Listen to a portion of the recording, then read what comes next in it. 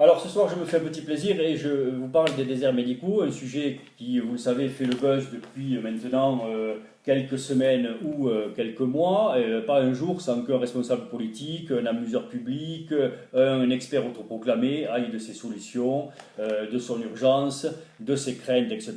Et on assiste à des débats sur les réseaux sociaux, comme à la télé, dans les journaux, etc., avec un certain nombre d'inquiétudes, de colère qui se manifestent et un certain dog bashing qui émerge puisqu'on veut faire porter la responsabilité de la chose sur la tête des médecins et des soignants, alors même qu'ils ne sont certes pas responsables, mais qu'ils en subissent ô combien les conséquences. Alors on nous dit tout et n'importe quoi là-dessus, donc on va essayer de faire une petite coupe transversale pour vous montrer comment on se fout de vous, quoi. Oui, il faut le dire, on se fout de vous. Quand j'entends parler un certain nombre de responsables, dans les plus haut placés d'ailleurs, nous dire qu'on devrait obliger les jeunes à s'installer parce que, après tout, la France paie leurs études, j'ai envie de leur rappeler quand même que moi j'ai rarement vu des internes et des externes passer leur temps à la machine à café.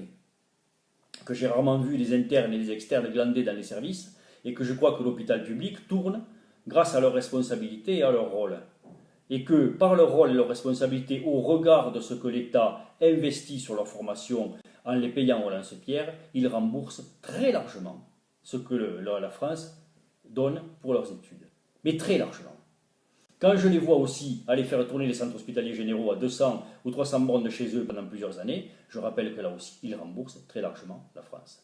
Si l'État devait les payer à la hauteur de leur valeur, je vous garantis que ça coûterait beaucoup plus cher à l'État et que l'État fait des économies sur le dos des internes et des externes qui font tourner les hôpitaux publics. Première chose.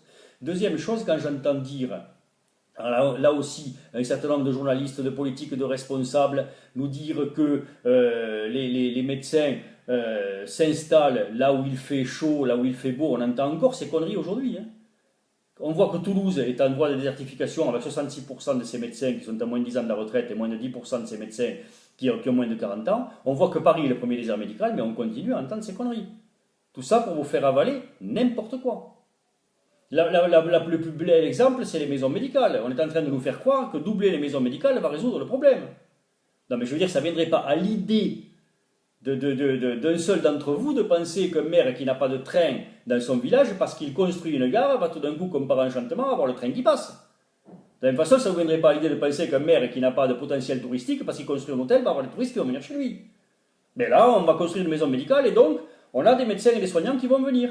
Avec des médecins qui sont entre 200 000 jusqu'à 8 millions d'euros, avec des charges qui sont évidemment subventionnées, des médecins qui, s'ils s'installent, doivent signer contrat avec les ARS, etc., et qui se retrouvent donc avec une pression administrative et un encadrement imbécile encore plus lourd que ce qui a fait que leur profession était devenue non attractive. Et un risque économique qui est celui que la subvention s'arrête ou qu'un de leurs confrères s'en aille et qu'ils se retrouvent avec des charges tellement importantes qu'ils seront eux aussi obligés de partir. Solution idiote. En tout cas, pas la seule solution et certes pas sur un côté uniquement administratif.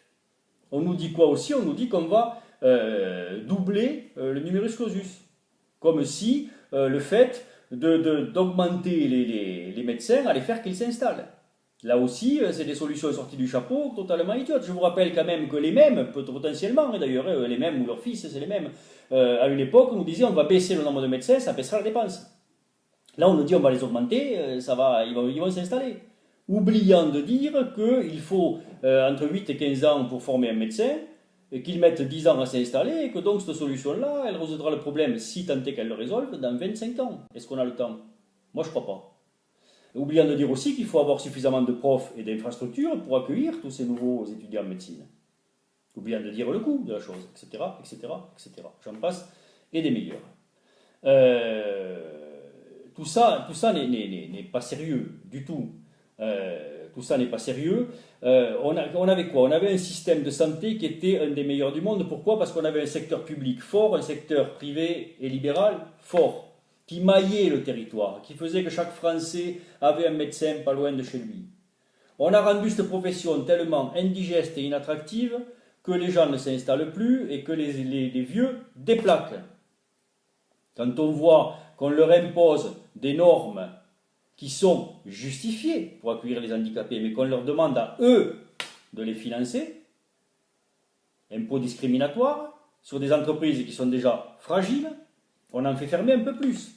Qu'est-ce qu'on veut? Continuer à ne pas écouter les gens? Totalement imbécile. Totalement imbécile.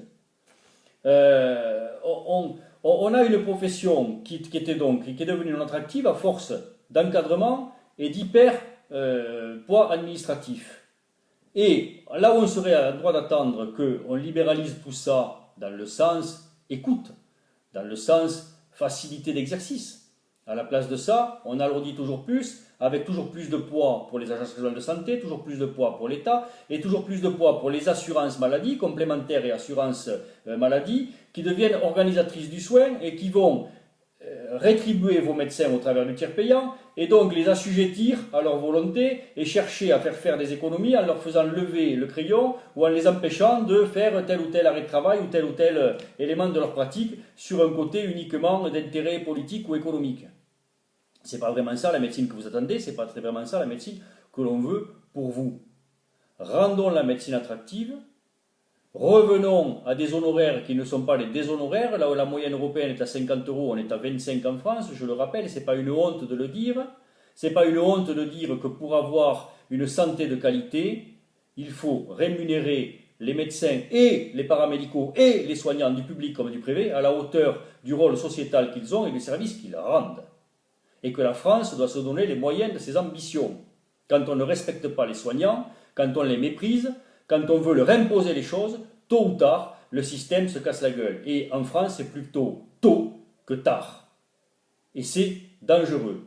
Personne ne nie le fait que la santé est un marché immense et on trouve tout à fait normal qu'on fasse des milliards d'euros sur l'intelligence artificielle, les objets connectés, les nouvelles technologies, etc., etc.